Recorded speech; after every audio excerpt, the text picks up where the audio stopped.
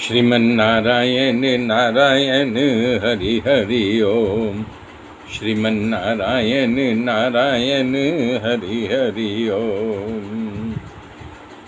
तब गुरु जी के वचन सुन करके श्री रामचंद्र जी धीर गंभीर सहज भाव से उठे और गुरु जी के चरणों में झुक करके प्रणाम किया। सारे ऋषियों को प्रणाम किया। न उनके मन में हर्ष था न विषाद ही था। वो सिंह जैसी चाल से चले, जैसे मतवाला हाथी चलता है धीर गंभीर हो करके, उसी प्रकार मदमस्त हाथी के चाल से चले।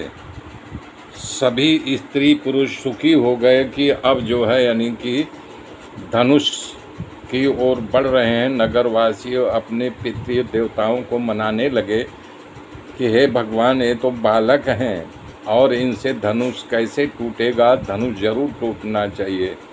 अपने अपने पुण्य को याद करके लोग पुण्य दान कर रहे हैं कि हमारा जो कुछ हमारे जीवन में पुण्य किया हो वो आज श्री राम को मिल जाए, ये शिव जी के धनुष को तोड़ दें।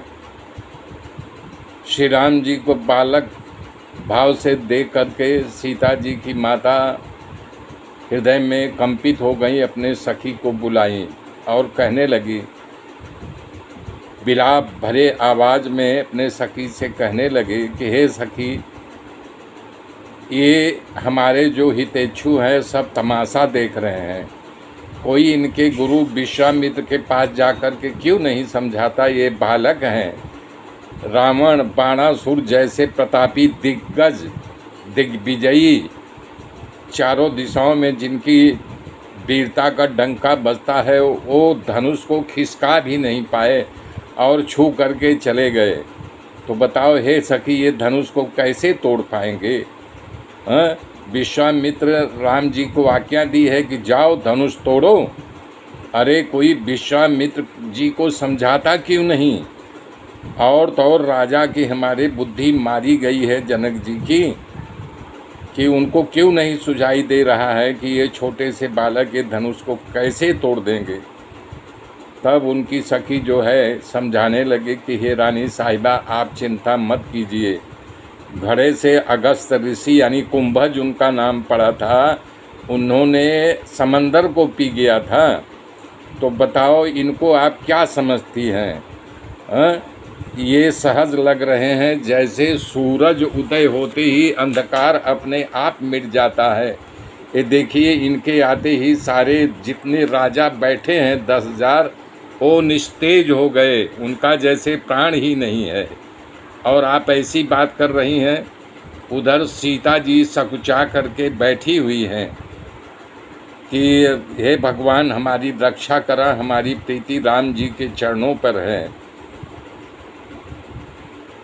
तब भगवान सकल उर्वासी, करहि मोहि रघुपर कै दासी। अरे जहीं के तेहि पर सत्य सनेहु, ते सो तेहि मिलइन कछु संदेहु। जो सबके हृदय में निवास करते हैं, रघुश्रेष्ठ श्री रामचंद्र जी मुझे दासी अवश्य बनाएंगे। जिसका जिस पर सच्चा प्रेम होता है वो उसे अवश्य मिलता है। जब प्रभु के सामने सीता जी ने देखा तो राम जी समझ गए कि इस समय सीता बेहबल है और बेहबलता के कारण इसके मन में भाव कुभाव दोनों उठ रहा है। तब उन्होंने धनुष की ओर देखा, धनुष को परिक्रमा किया, आकाश की ओर देख करके सभी देवताओं को, अपने पितरों को, सबको प्रणाम किया। फिर एक बार गुरु वंदना अपने गुरुदेव वशिष्ठ जी को जो अयोध्या में थे उनको प्रणाम किया। और इधर लक्ष्मण अपने दाहिने पैर के अंगूठे से धरती को दबा लिया। बोला, ये धरती थोड़ी देर के लिए सावधान हो जाओ, भैया श्री रामचंद्र जी शंकर भगवान को धनुष को तोड़ने जा रहे हैं। ए दिग्गज, 10 दिशाओं के जितने हाथी हो सब अपनी सांस रोक करके जो है यानी कि सावधान हो जाओ। और कब छुआ, कब उठाया, कब खींचा, इतना जोर आवाज़ हुआ कि जैसे ब्रह्मांड का